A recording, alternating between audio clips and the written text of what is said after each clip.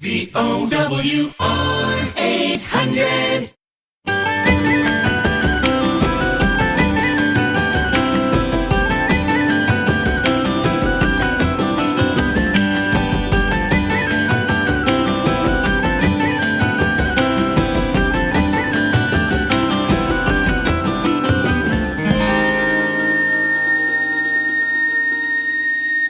Hello, my name is Deborah Collins, welcoming you to Going Strong, the radio show that celebrates our vibrant culture here in Newfoundland and Labrador, and the people who make it unique and keep it going strong.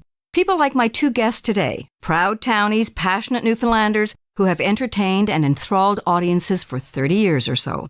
Singers, musicians, teachers, playwrights, producers, and actors. Sure, they can do it all.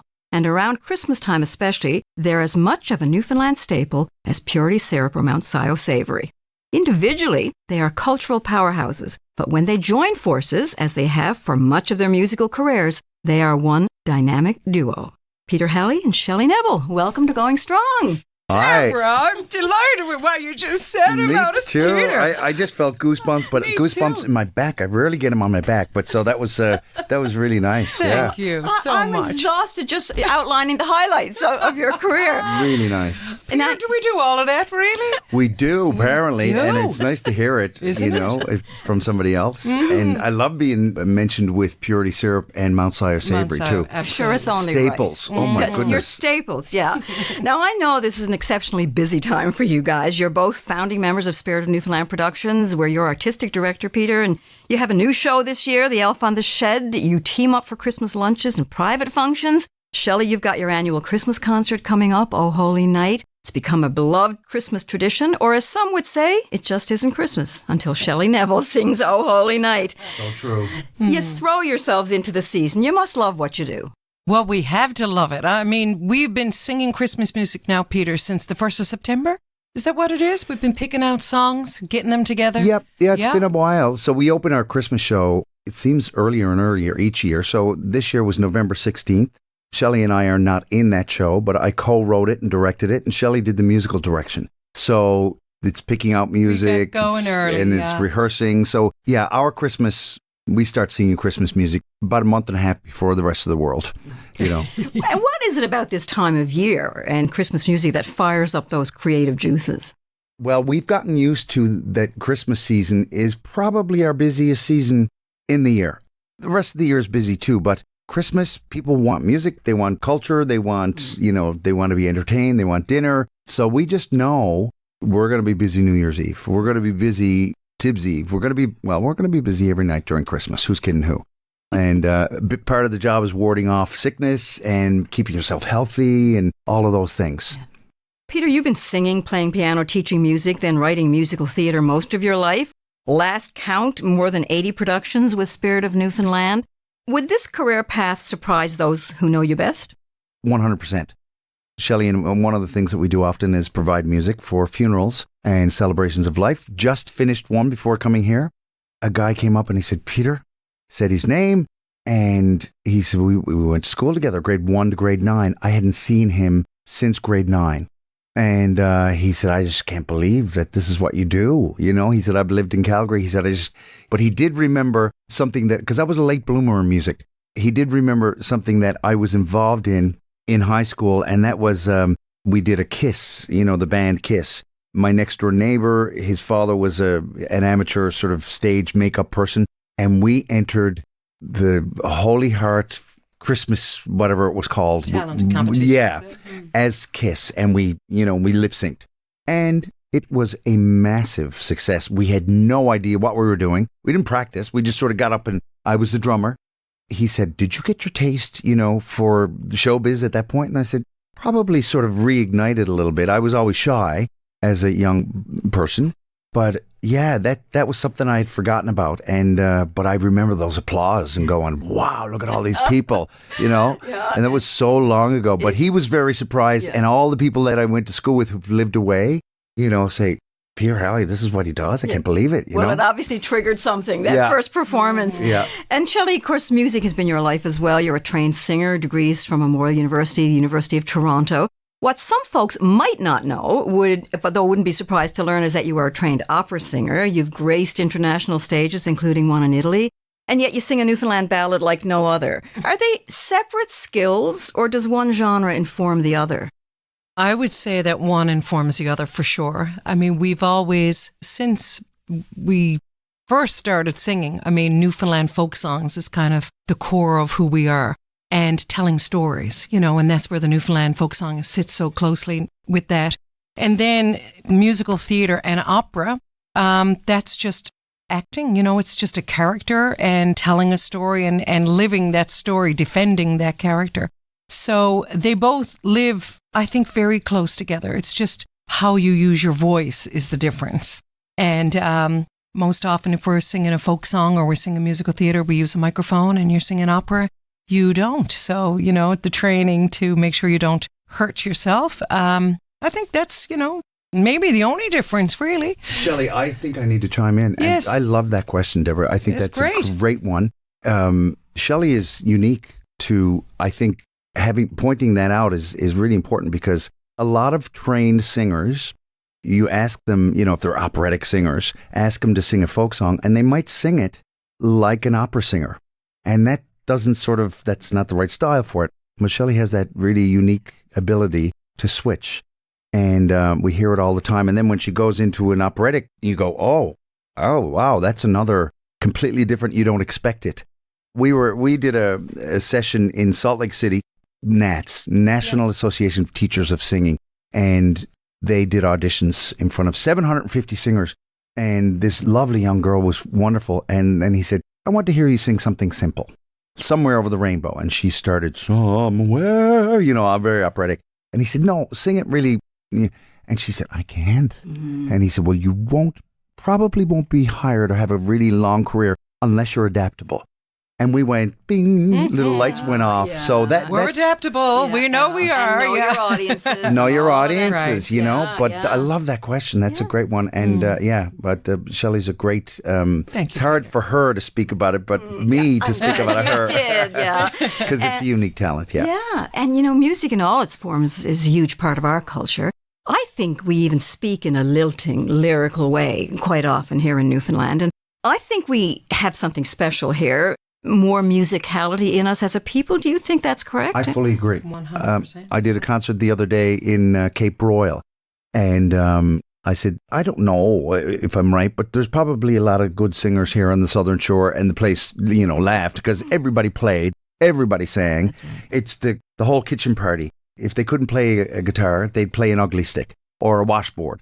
Some way to tell a story, Mm-hmm. Some way to get that out, because in our DNA. It's in our DNA. And it's evolved through, through our whole, it's like the Newfoundland pony. When they came here, they became they adapted to our climate. They got harder feet, they got thicker coats, they got stockier because they worked, and I think it's like the people. Yeah, and it's probably like with the weather in Newfoundland being often on the cool side, we'd have the wood stove on inside. And the wood stove then would gather people together. And in that gathering came the songs, the stories, the playing the instruments. The entertainment, yeah. Well, I remember asking a folklorist once, a Newfoundland folklorist, what is it about us being entertainers? And she said, hundreds of years of practice, she said, That's and so true, if you're clinging to a rock in the middle of the North Atlantic, if you can't entertain yourselves, what have you got?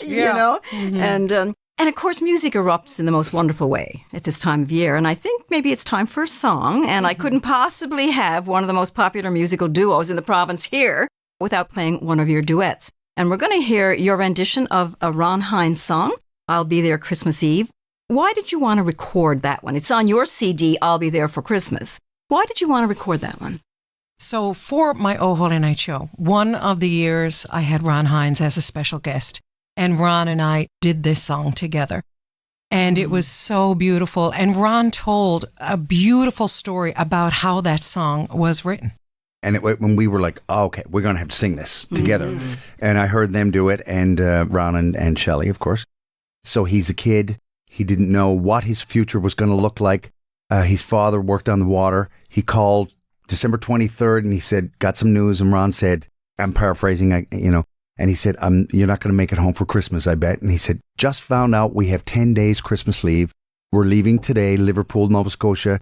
Look out the window tomorrow and you'll see my boat come in through the harbour.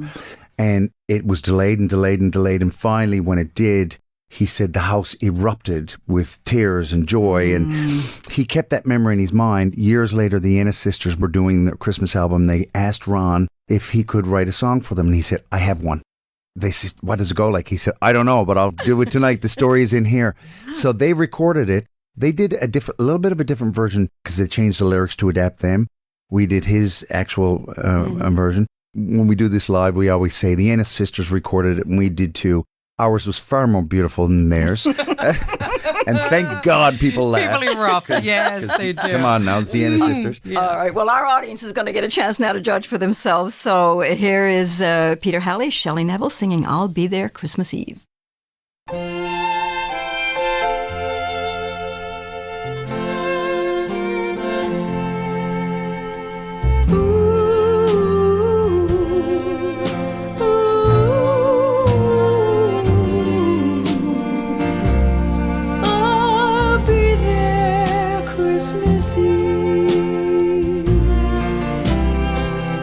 Don't know why we do the things we do, or why I chose this life so far from you. But this crew just got 10 days Christmas leave, and I'll be there. Oh, darling, I'll be there, and I'll be there Christmas Eve. Darling, don't stop believing. Don't give up hope. Don't lose faith in me, and I'll be there Christmas Eve. Ooh,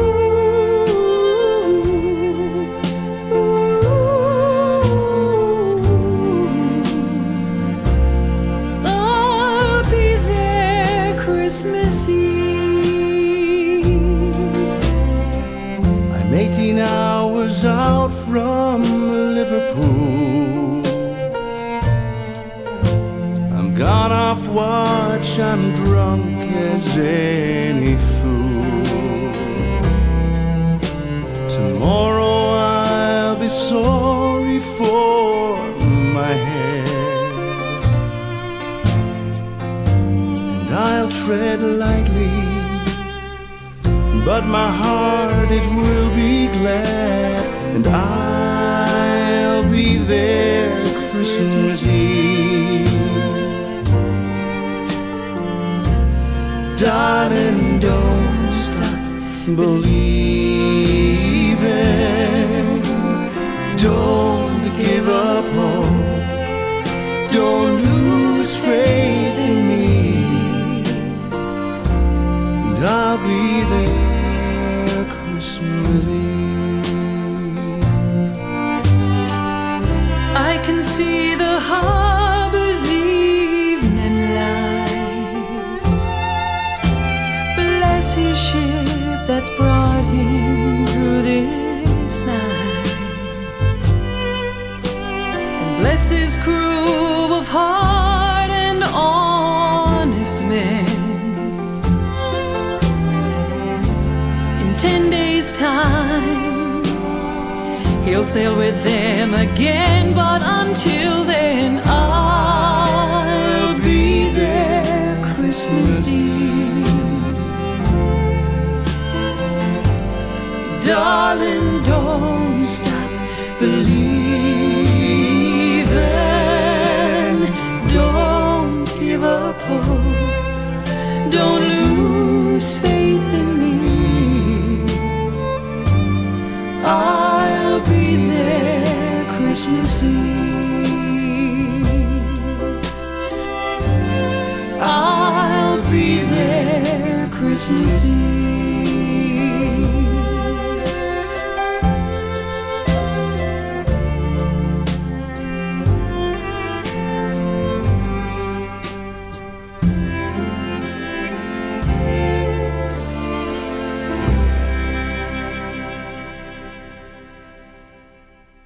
that was Ron Hines' song, I'll Be There Christmas Eve, as sung by Shelley Neville and Peter Halley, my guest today on Going Strong. You know, this might sound like a silly question to you guys, but how comfortable are you on a stage? Have you ever experienced stage fright? Oh, all the time, Deborah. You know what? It gets easier. And this is what both Peter and I are teachers, and we tell our students that I think there's a certain amount of anxiety, I guess, performance anxiety that comes with any performance that, you know, really goes away depending on how much preparation you've done for the gig. So if you're ready to do the gig, it's like there's more excitement there. If for some reason you called in last minute to do something, like I'm just thinking of a time, Peter, remember when you called me in last minute to do a Nashville show? Yes. And, you know, Shelley, can you get these songs ready for tomorrow? And having, you know, I have a repertoire of Patsy Cline songs because of a show I did with Peter before, but then having to learn a few other things. I mean, it was exciting. But I also was thinking, oh my goodness, I could forget these words now in front of a full audience and look like a fool. But I wanted that challenge too. And a certain amount of adrenaline is a good thing before. Definitely. You don't want to get too cocky, for lack of a better word, right? No, you're absolutely right. And together, Shelley and I have been thrown into situations where we're doing a duo gig and someone might ask for something and our set list is just gone and we're gone in another direction and we go, wow, that was because I think we know each other so well. It can just be a look or it can just be I'm remembering something and it will just happen organically. Yeah. So trusting each other on stage is always a really good thing. But stage fright is a real thing. And I think, you know, it's something that comes and goes. You have to really work on it and go, okay, Peter, okay, Shelley, you know, it's okay. Yeah. You know, and you talk to yourself and say, you got this. Because, it's something that can creep up if you don't keep it at bay. Yeah. I just want to pick up on something you just said, too. You can sometimes tell, you know each other so well now and you've sung together for so long, sometimes it's just a look and you know what the other one means. You've had a long musical partnership, more than 30 years. Do you remember when you first sang together? I remember when we first met. I remember when we first met, too. Well, this sounds like a good story. Yeah, no. We were competing against each other. Oh, really? At the Kiwanis Music Festival. Here in St. John's, That was the year before we went into music school. And then when we went into music school, we just did a lot of singing in the practice rooms and stuff like that. But we did do a CBC Music from Memorial show. Yeah. And then in our third year, we did do a recital together. Did you know from the get-go that this was something special?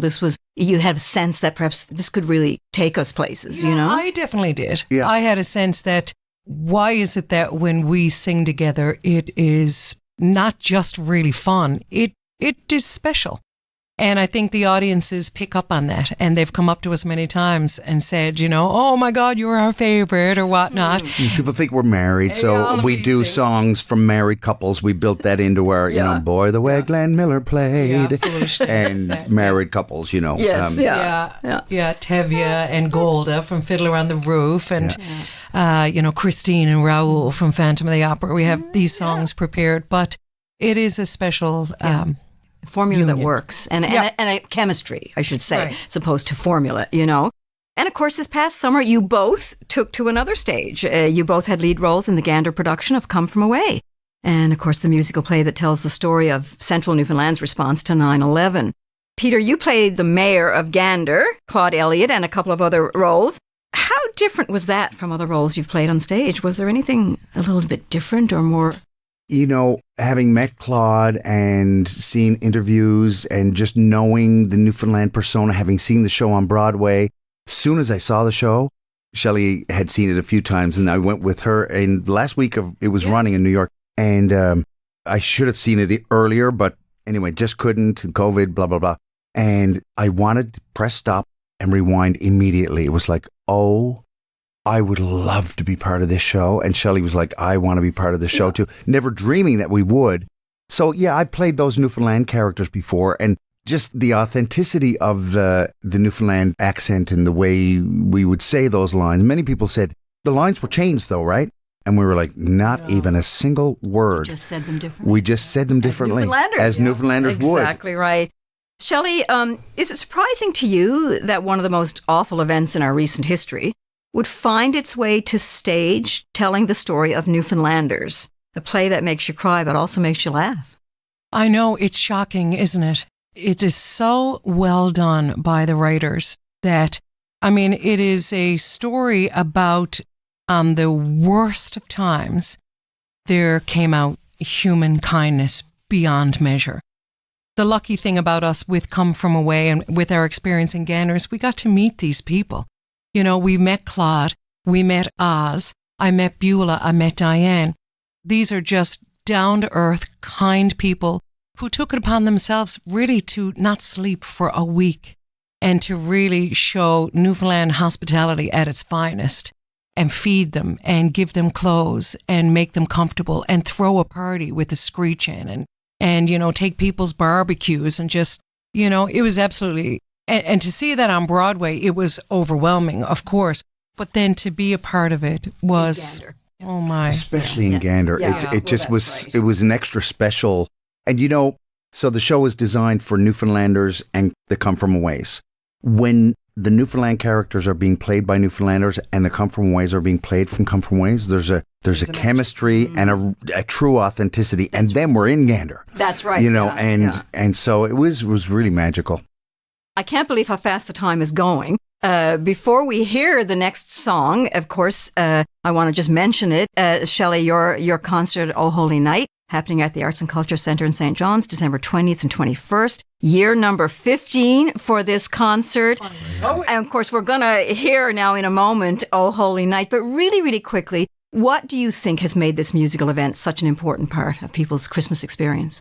Well, I think it's an old-fashioned variety show.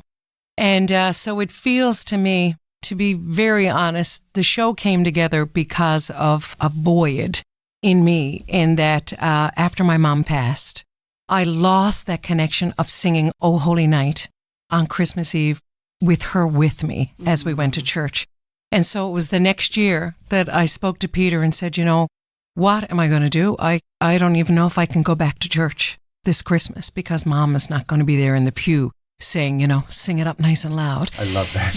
That's what she would say. Now, Yeah. Shell, sing it out nice and loud. Yeah. That was gorgeous. And so we decided, I think it was probably Peter's suggestion, to have a concert and have your friends and your family. So Dad sings every year. My brother plays and sings. And Peter and just my good friends, Corey, David, everybody just, you know, they've rallied around. And now it's just something that is so much a part of Christmas, I can't let it go. Yep. And still an homage to your mom. Yeah. Still an homage. And one of the characters, several characters, are her dresses that she wears. People, Deborah, we go anywhere and people say, Shelley, I can't wait to see the dresses. That's right. What do you have for us this year? Too bad this is radio. We could show a few pictures. Yeah. Well, look, let's have a listen. Oh Holy Night by Shelley Neville.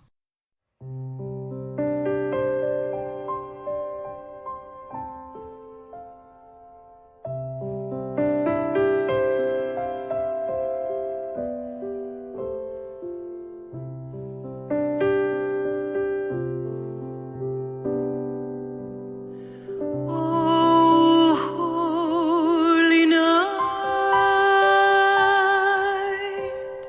the stars are brightly shining.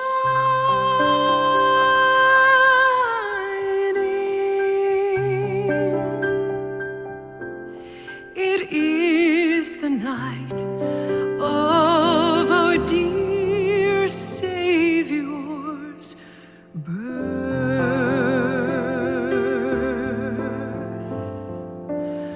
Long lay the world in sin and ever pining, till he appeared and the soul felt its worth.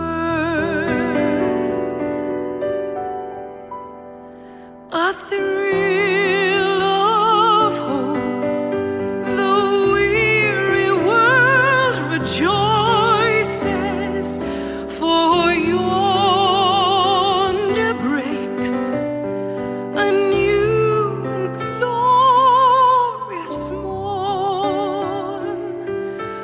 Fall on your knees. Hear the angel voice.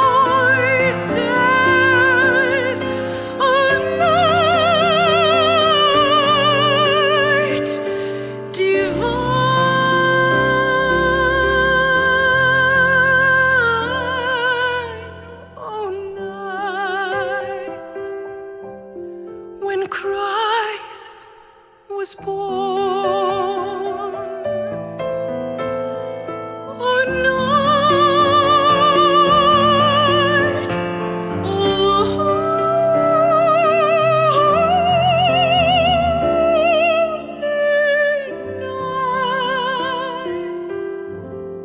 Oh, night,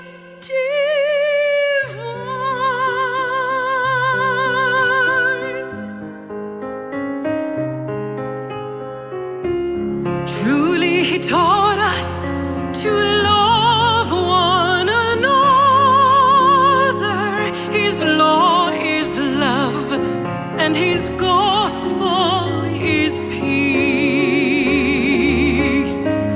Chains shall he break, for the slave is our brother, and in his name all oppression shall cease. Sweet hymns of joy in grateful chorus raise we.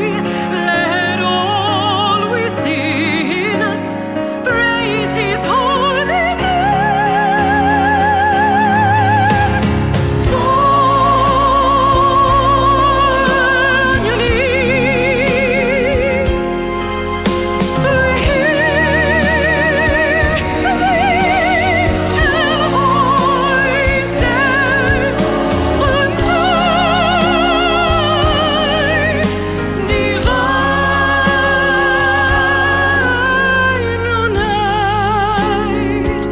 When Christ was born, a night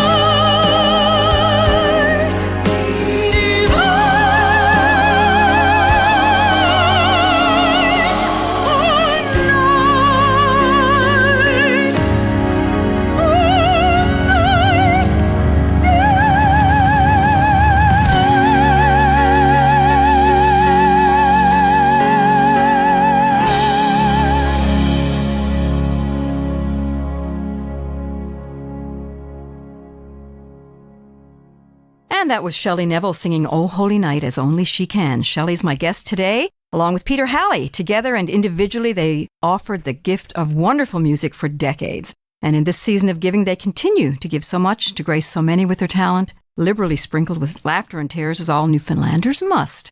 And neither of you shows any signs of even slowing down. So before we say goodbye, I want to ask you both, what keeps you going strong? Peter? Just, I guess, the love of seeing reactions. We do so many different things. Celebrations of life. People say, you must find it sad. And I don't. I think it's a job that has to be done. And I see the comfort and joy that it brings to people. And that makes me feel like, yeah, that's important. In every circumstance, Yeah. music speaks, Yeah. doesn't it? Yeah. You know, I get inspiration every day from the people that we work with. I mean, Peter is a powerhouse over there. There's no one that works harder than Peter, I'm telling you right now. And, you know, I'm getting ready to put this Christmas show together, and I have, like, Sandy Morris just called me and said, Shell, there's a spot in that song that I really want to get, you know. And they're so inspiring, so gorgeous musicians, kindness just beyond. Beautiful people. And so the people that we work with, the inspiration there, that keeps me going. Well, I'm hoping on behalf of all who are listening to this that you will go for many, many years to come. Shelley Neville, Peter Halley, it's been grand to catch up with you, and I'm sure there's a piano and microphones waiting for you even as we speak. So thanks so much for stopping by, and that is Going Strong for this week. My name is Deborah Collins, inviting you to join us again next Tuesday at 7:30 p.m. right here on VOWR.